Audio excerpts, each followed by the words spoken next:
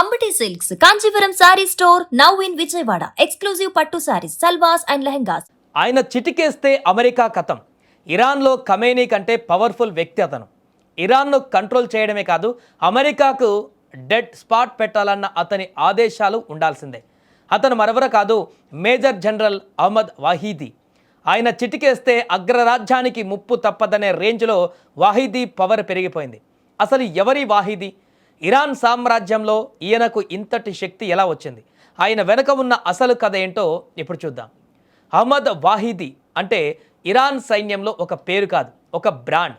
1958లో పుట్టిన వాహీదీ ఇరాన్ విప్లవ సైన్యంలో అతి పిన్న వయసులోనే కీలక బాధ్యతలు చేపట్టారు. ఇరాన్ అత్యంత భయంకరమైన గూఢాచారి విభాగం ఖుద్స్ ఫోర్స్కు మొదటి కమాండర్ వాహీదీనే. 1994లో అర్జెంటీనాలో జరిగిన బాంబు దాడి కేసులో ఈయనపై ఇంటర్పోల్ రెడ్ కార్నర్ నోటీసులు కూడా జారీ చేసింది. అంటే అర్థం చేసుకోండి, దశాబ్దాల క్రితమే ఈయన వ్యూహాలు అగ్రరాజ్యాలను ఎలా వణికించాయో. రక్షణ మంత్రిగా, హోంమంత్రిగా పనిచేసిన అనుభవం ఆయనకు రాజకీయాలపై కూడా పట్టునిచ్చింది. 2026 ప్రారంభంలో ఇరాన్ అగ్రనేతల మరణం తర్వాత మార్చి 1న వాహీదీని ఐఆర్జీసీ కమాండర్ ఇన్ చీఫ్గా నియమించారు. కేవలం సైన్యాన్నే కాదు, ప్రస్తుతం ఇరాన్ అణ్వాయుధ కార్యక్రమాన్ని, క్షిపణి వ్యవస్థను కూడా ఈయనే పర్యవేక్షిస్తున్నారు.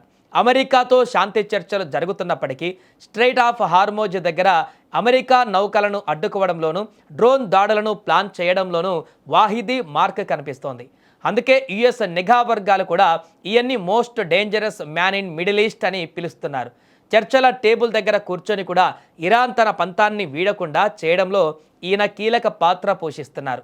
అహ్మద్ వాహీదీకి ఎలక్ట్రానిక్స్లో బ్యాచిలర్ డిగ్రీ, ఇండస్ట్రియల్ ఇంజనీరింగ్లో మాస్టర్స్ డిగ్రీతో పాటు ఇమామ్ సాదేక్ యూనివర్సిటీ నుంచి స్ట్రాటజిక్ స్టడీస్లో డాక్టరేట్ ఉంది.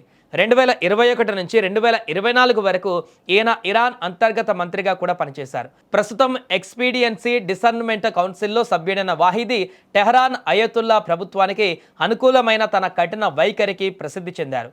హిజాబ్ నిబంధనలను ఉల్లంఘించిన ఇరాన్ మహిళలకు బహిరంగంగా శిక్ష విధించబడుతుందని ఆయన హెచ్చరించారు. ఉగ్రవాదం, అణు విస్తరణలో ఆరోపించిన ప్రమేయం కారణంగా అహ్మద్ వాహీదీ పైన United states, Canada, European union ఆంక్షలు విధించాయి. ఇక ప్రస్తుతం ఇరాన్ ప్రభుత్వం తీసుకునే ప్రతి నిర్ణయం వెనుక వాహీదీ ఆమోద ముద్ర ఉండాల్సిందే. శాంతి చర్చల్లో ఇరాన్ అనుసరిస్తున్న మొండి వైఖరి వెనుక వాహీదీ కొత్త కార్డుల హెచ్చరికలు ఉన్నాయని నిపుణులు విశ్లేషిస్తున్నారు. అటు చర్చలు జరుపుతూనే ఇటు యుద్ధానికి సర్వం సిద్ధం చేయడం ఈయనకే చెల్లింది.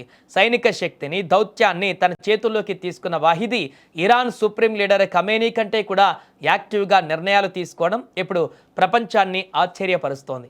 సో చూసారుగా, మేజర్ జనరల్ అహ్మద్ వాహీదీ ఒక వ్యక్తి కాదు, ఇరాన్ శక్తికి నిదర్శనం. అమెరికాను భయపెట్టాలన్నా, ఇరాన్ ఉనికిని చాటాలన్నా ఇప్పుడు ఆయన నిర్ణయమే ఫైనల్ కానుంది.